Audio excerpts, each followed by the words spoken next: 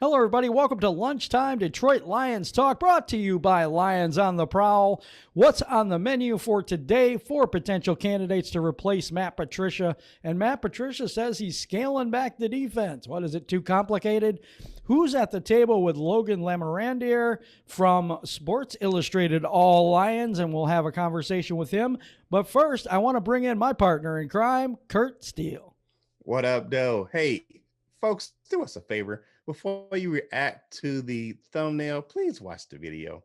Hey, you'll get some good information in there. So, as always, please hit the subscribe button, hit the notification bell so you know when you're getting fresh content from us right here on Detroit Lions on the Prowl.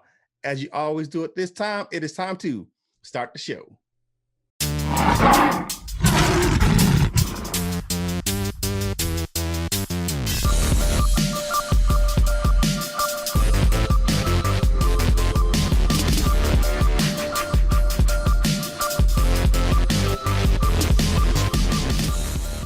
Hey, welcome back to the show. The question of today is, who do you think should replace Matt Patricia if he is fired? And thank you for the responses from yesterday. Jim's going to cover them right now. Yeah, we had Kool-Aid and Corn Crap. I love that name. It used to be Kool-Aid and Cornbread. He said, I said it once, I'll say it again. I love to see them hire Todd McShay as GM. Yep, that's right. Look at what the Raiders have done since hiring Mike Mayock. Everyone questioned his picks, and this year, and the Raiders have improved since last year. Just look at them this year. They just give the keys to Todd, let him drive. He knows talent at the college level. Bet. That's an interesting take. Take. I have not heard Todd McShay's name come up. I hadn't heard that one yet. Did I like it? Austin Nicholas says, no Le'Veon, no reason to try and add talent. We already have 3 running backs we don't use. Yes, absolutely no to Le'Veon Bell. And actually, he went to the Chiefs, if I'm not mistaken. Yes, he did. Yep, he did. Rod Love 313, Louis Riddick for me has kept up with the players and the drafts since his front office days. Not Louis Riddick for me. I know Kurt differs with me on that opinion. I do. But hey, everybody, it's like, everybody has an opinion. So thanks, Rod Love. I appreciate the love with that one. I like Louis Riddick myself. Okay, we're going to move on in the show right now, and we're going to go to the Pain Train. And for the Pain Train this week, Kurt. Hey, it's time for that injury report, so let's take a look. A big name for the Adrian Peterson added to the Lions. No practice yesterday with a non-COVID related injury, illness. And Frank Ragnow, no practice. That groin just aggravated a little bit more, so he did not practice yesterday. And CJ Moore is still limited with that calf injury. Looking at the Jaguars, you have wide receiver DSA Channels was a no practice with an ankle. And Tyler Arford was out as well with a neck injury. And last but not least, for the Jaguars, their big defensive end, Josh Allen, was limited due to a knee injury. So that's what we have for the Pain Train for this week for the Lions versus the Jaguars. Jim? Yeah, just one more on that one. Laviska Shenault was limited, so he actually came back to practice in a limited capacity for them and might go on Sunday. So that's another big name in that whole thing. That's a big body receiver right there. He's a big boy, man. Yeah, he is. He can put him down. All right, we're going to go to the main course now, and Matty P scales back the defense. And what he was talking about there was he's going to simplify the defense for the entire defense. He says he thinks that it will make the defense faster. What do you think about this, Kurt? Well, you get some faster players, but I'd agree with that. I think sometimes when you just react, you don't have to think about it. It does help you speed the game up a little bit for the players. So I can get the premise of why he's doing that. So, but I'm reading between the lines here, okay? And I hate to say this, but see, Matt, I have noticed that Matt Patricia, every single time he's questioned about his defense or his coaching style or anything that he could take responsibility for, he seems to pass the buck. It seem like this is a little bit passing the buck to the players, like they're not smart enough? Yeah, they can't run my defense because they're not smart enough or something like that. I don't know. Yeah. But here's my thing. You have a bunch of former Patriots that played the defense before on that defense. So I don't know. We'll see. Well, there was folks like Tracy Walker who was saying it was good for them to do that, and there was a couple other ones too. But you're right. I mean, why would they need to simplify a defense that most of these people have ran before? Yep. Well, not most of them. I don't know. It is a question mark, but I do think it is a thing where Patricia's putting it on the players instead of himself again. And let's talk about this because we all believe Matty P is going to be fired at the end of the year or sooner if he doesn't get the job done. Let's look at 4 potential replacements for Matt Patricia. We're going to start with you, right? Yeah. I have looking at Lincoln Riley, the young fella out of Oklahoma, 36 years old. He has a 38-8 record as a head coach for the Sooners. He had a task of replacing Bob Stoops out there. Hasn't missed a beat. He was the offensive coordinator at OU before taking the position. Has some prolific offenses. You look at, he's had a couple of Heisman winners out there as well. The Lions may want to go offense after the NFL experiment with the defensive-minded Matt Patricia. All right, I'll go ahead and take the next 2. Jim Harbaugh, interesting name, Michigan. Say what you want about Harbaugh, but he did come in and turn Michigan around. He may be a candidate to do the same with the Lions. Bringing the khakis to Detroit would mean his family could stay closer to home, but I think it would cost a pretty penny to do so. And he may have to take on the GM role as well because he had issues in San Francisco with the 40 Winers that, I said 40 Winers. I love it. Yeah. But he may have to be GM as well because of he wants to get his guys. He can recruit. He knows the college talent. He knows talent. And I think that he should be the one bringing in the talent, building his own team, coaching the team. I know that's a hard thing. You might want to bring in an assistant or somebody who's, really good at advanced scouting, something like that to help and manage some of that. But I think Jim Harbaugh has to have his hands in just about everything to come here and turn things around. Let's not forget Harbaugh has NFL experience and did a pretty good job in San Francisco from 2011 to 2014. His 40 Winer teams finished 13-3, 11-4-1, 12-4, and 8-8 during his tenure. Now I'm going to do this. Eric Bieniemy, the offensive coordinator from the Chiefs, is a hot name, and honestly, I think he should have been a head coach already. Bieniemy, former NFL running back, was a running backs coach for Andy Reid for 5 years. He's 51 years old, same as me. Just kidding. But he is. Since 2018, Bieniemy has served as offensive coordinator for the Super Bowl champion Chiefs. Again, if Detroit they're thinking offense instead of the defensive-minded Matt Patricia, they might want to go with this guy. So that's it for that one. And now I go to Kurt with the final pick. Mr. Robert Saleh, he's a defensive coordinator for the 49ers. Sticking with that theme of assistants in the Super Bowl last year, another hot name is the defensive coordinator for the 49ers, Robert Saleh. Being born in Dearborn, he has ties to our great state of Michigan. Saleh has a lot of coaching experience, including the defensive assistant at the Spartans and at the Chippewas of Central Michigan. He has been the defensive coordinator of the 49ers since 2017. And during the 2019 season, the 49ers defense was 6th in the league with forced 27 turnovers, 2nd in total defense, and 1st in passing defense, 4th in sacks. I mean, he's had a really good finger of the defense out there in San Francisco. And Saleh helped them lead the team to a 13-3 record and a Super Bowl berth last year with a loss to the Kansas City Chiefs. I think he's a solid choice. If you want to stick with a defensive-minded head coach, Saleh is the way to go. So those are our 4 candidates for coaching replacements for Matt Patricia. Next up, we got Who's in the Kitchen? And our guest today is Logan Lamorandier of Sports Illustrated's All Lions.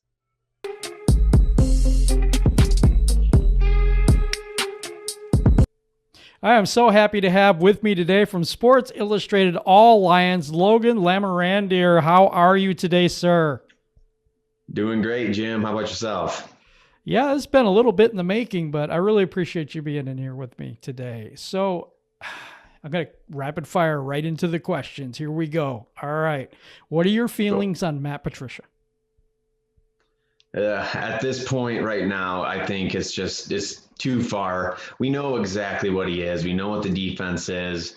It's gotten worse every year. There hasn't been improvements. I just don't think it's going to be able to turn around. And considering he's supposed to be a defensive coach, it's just not a good look. So even if he were to turn it around, I don't think it's happening anytime soon. And you don't get that type of leash when you're taking over the type of team he did, having a franchise quarterback, being on the brink, just needing a coach to get him over the hump, and he's gone the exact opposite way. So that my feeling is that his time's done. I don't necessarily feel like it has to happen immediately or anything like that. But at the end of the year, even if they somehow pull off 7 wins and are maybe a little bit in the playoff hunt, I don't think it's enough. Like I need to see more, and I hope that's the Ford's expectations too, because it's just I don't know if he's ever going to be able to turn it around, and that's where I struggle. I think we're at that point where we can say this is what he is, and we need to probably now, after if he does leave, it's going to be a full rebuild.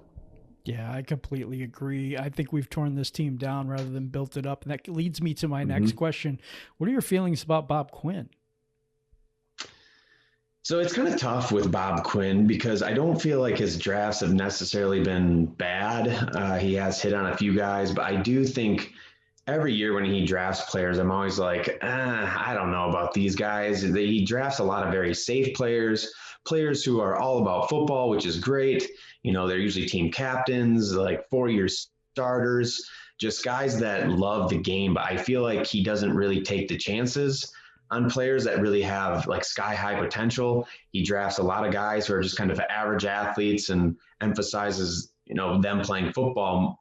Just they're playing the field more, which is great, but you have to have some real playmakers. And for the most part, he shipped out a lot of the Lions' best playmakers, and then he brings in his own guys, and they don't live up really to the expectations or they can't replicate the players that left and then expect these players that he brings in, which are probably more of like depth players. And he's paid a lot of guys that have been depth pieces on teams, and he pays them starter money, and it just hasn't really worked out. Now, I will point out, I don't know necessarily if Quinn has been drafting because Patricia has been in his ear, and Patricia's like, I got to have this guy that's a perfect scheme fit. So maybe Quinn hasn't been getting his guys, and he's going with guys that Patricia's telling him is a perfect scheme fit. But it's also important to remember that when Quinn first got here, he himself even admitted that when he was drafting for Jim Caldwell's teams, he was more comfortable drafting these Patriot style type of players, and especially on the defense,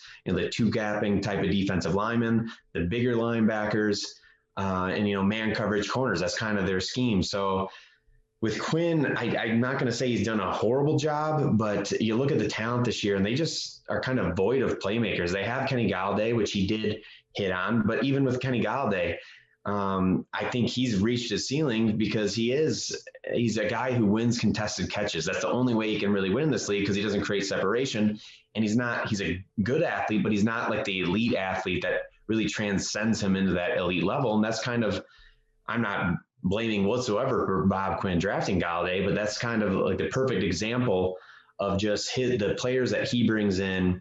They do have limitations a lot of times because they're so specific in a scheme, and they more often than not have athletic limitations or are not the true elite caliber type of guy. So for me and Quinn, it's just, I almost feel like he's the one who brought Patricia in. This was his vision the entire time to have the team he has set up now, and it hasn't worked. So for me, I think he should be gone as well. But I would be a little upset if he's still around, but maybe he can sell it to the Fords and the reasons, and maybe there's more behind the story that we don't know, like Patricia calling a few more shots and Quinn trying to bring in Patricia type of players. And Quinn, I don't know. I'm very lukewarm on Quinn, and I guess I'm indifferent either way. If he stays, I'm leaning more towards him being gone, though. I don't want him to stay, and you hit on the reason, and the reason is because he's bringing in my opinion, C and B players, and getting rid of A players. I mean, I'm not going to say Darius Slay is the best thing since sliced bread, because I don't believe that, and especially now. You know what I mean? He may have gotten near to him on the right time, but Quandre Diggs was a terrible move. I didn't like that move at all. I don't like the players that are. I like some of the players he's bringing in, some of the players he's drafting, but the problem is it just not enough. There's not enough talent. There's not enough superstars on the team to scare anybody. I mean, Right. to win a game. So I see your point. I kind of feel the same way on that. Here's a hot button topic that no one wants to talk about, and so we will. Should we trade Matthew Stafford? So I am a Stafford supporter. I think, with the right team around him, he can be a good quarterback. He is a good quarterback in the NFL. It's tough to defend him this year because he hasn't looked great. It might be just a little rust. He hasn't played in a long time, no preseason, but there's other guys out there who are doing just fine. And he's had some accuracy issues this year. He's missed open targets that could have been, big plays.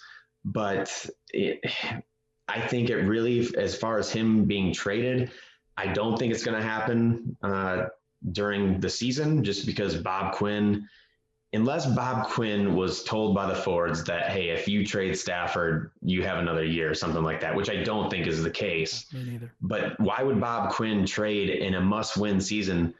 Really, the only thing that's keeping this team afloat right now, if Stafford has an off game, as we've seen, the Lions don't win because their defense can't stop anybody.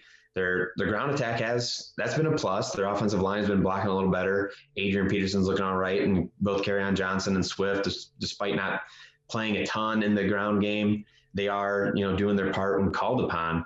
But it's just with Stafford, I think it all comes down to the new regime.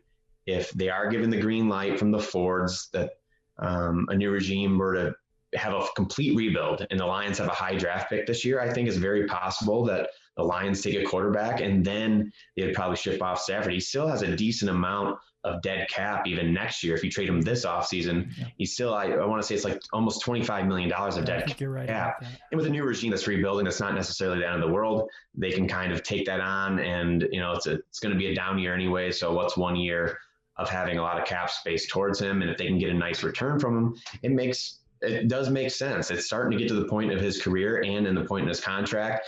And if there's a new regime coming in, it could be acceptable. But I just really struggle, saying that we should move on from Stafford. But I do think there's going to be some heavy rebuild years. And is it worth keeping around a great quarterback in quarterback years, the prime of his career, if, nothing's going to happen with it? If you're able to draft a young quarterback and get him on a rookie salary, hopefully by the end of that, fourth or fifth year on the rookie salary, you start having competitive and you have a little window there where you're not paying a quarterback too much money and you can inject free agents along with all the high draft picks you've had. So there's kind of two ways to look at it. And right now I don't think Stafford trade's going to happen. So I'm not really even going to entertain it in a mid-season fashion. But we'll kind of see after the year, just depending on where they pick in the draft. If they were picking third or fourth in the draft and one of the top quarterbacks is going to be there, maybe it does make sense to trade Stafford. But at this point, with the Quinn and Patricia in the situation they're in, I just don't see it happening. And I don't know if there's going to be a team out there at this point in the season that's going to fork over a lot. I don't know. Maybe there is more leverage, I guess, this time of year. If there's another team out there like the Cowboys who feel like they're just a quarterback away from really contending, maybe they do give up more than Stafford's value and you can't pass the opportunity up. I just don't know if Quinn wouldn't be able to make that move. That makes sense to me. I thought of two things with this. I thought it's the player, maybe thinking of the player that's suffered here for 12 years and not really won anything. That's one thing. And then the other thing, there is never going to be more value than he's going to have right now. I really and no, I agree. He's having a little bit of a down year, but I still think people saw what he did last year. He still has some of the best, arm strength and arm talent.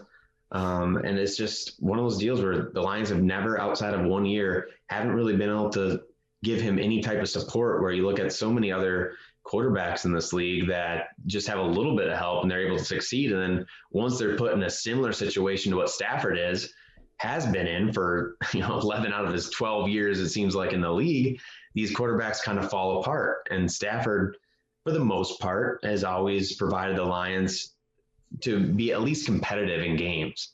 And that's what you've seen this year. even though the defense isn't stopping anybody, the Lions at least have had some leads, have had some fourth quarter leads, have obviously blown the leads. But without Stafford, I think, yeah, right.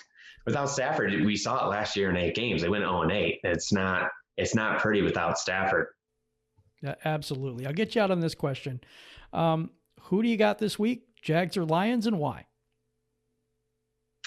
So the Jaguars aren't a very good team, but I'm still very concerned about this defense with Minshew. And I know they have a couple of receivers kind of keep an eye on their injury report, because they do have their top 2 receivers, Shark and Chenault, who didn't practice today. Right. But I think the Lions defense can make any offense look good. And the defense of the Jaguars, it's developing. They have a lot of younger talent, and they're okay. So I think the Lions will be able to put up some points, just as the Lions defense will be able to slow it down. So I'm leaning towards the Jaguars just a little bit.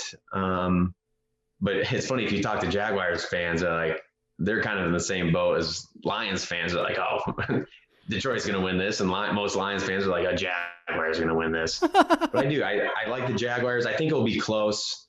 I think they're very evenly matched, so it could go either way. But I'll give the slight edge to the Jaguars, just because I'm still waiting for the Lions defense to actually make some stops if they don't come through turnovers. All right. Thank you very much, Logan. And we can check you out at Sports Illustrated All Lions and check out his content there. Really appreciate you doing this for me. Thank you very much. Well, I appreciate you having me, Jim. Yeah, we'll have to get together soon, but I appreciate it. Thank you.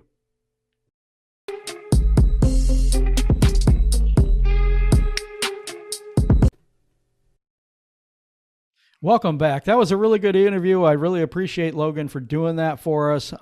And we're going to go into our dessert right now. And after we have consumed all of this content, it is time for dessert. The Detroit Lions played 6 games, and the Lions have split the series.